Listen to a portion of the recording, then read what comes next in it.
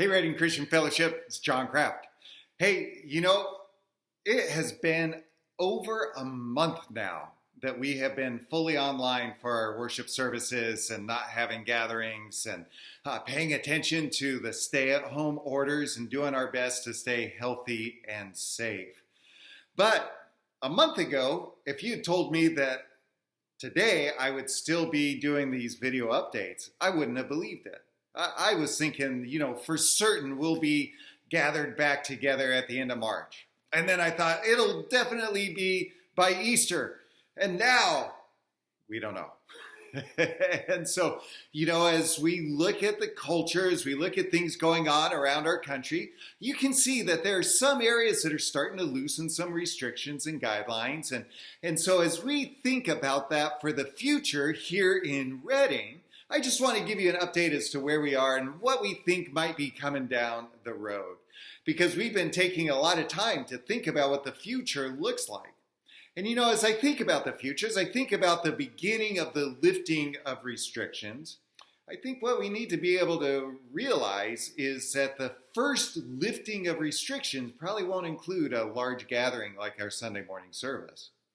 And so we will continue on gathering online as we have been over this last month, each Sunday at 9 o'clock and 11 at rcfellowship.org.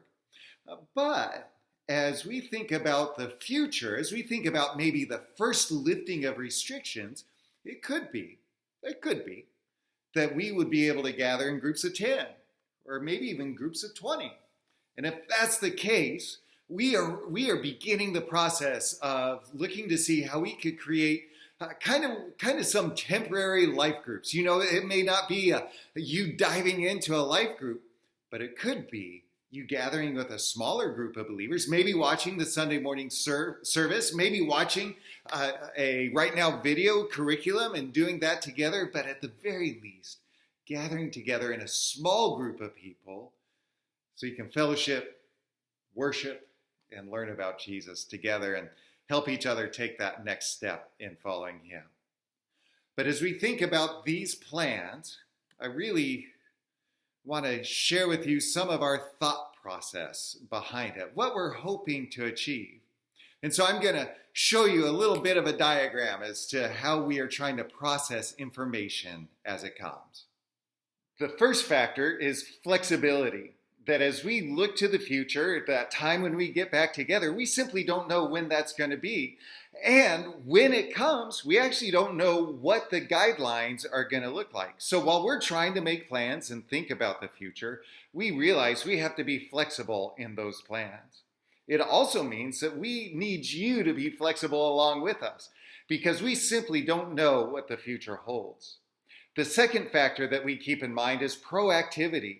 That we are not idle and we are not just waiting to see what happens. We are actively thinking and brainstorming and praying through this issue as staff and as elders, as leadership, trying to think about the best way to move forward and be proactive in that.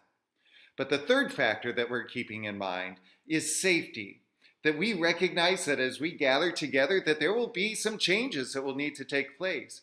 So we're thinking through issues of what it looks like as far as seating, as far as how we collect an offering, as far as how we distribute the elements for communion. Because for us, your safety is of utmost importance, as well as the safety of the testimony of the church and Jesus in our community.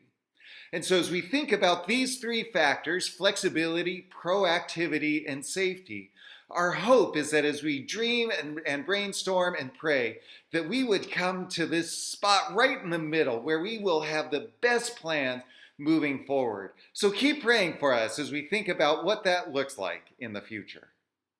So until that time, we are going to continue gathering together.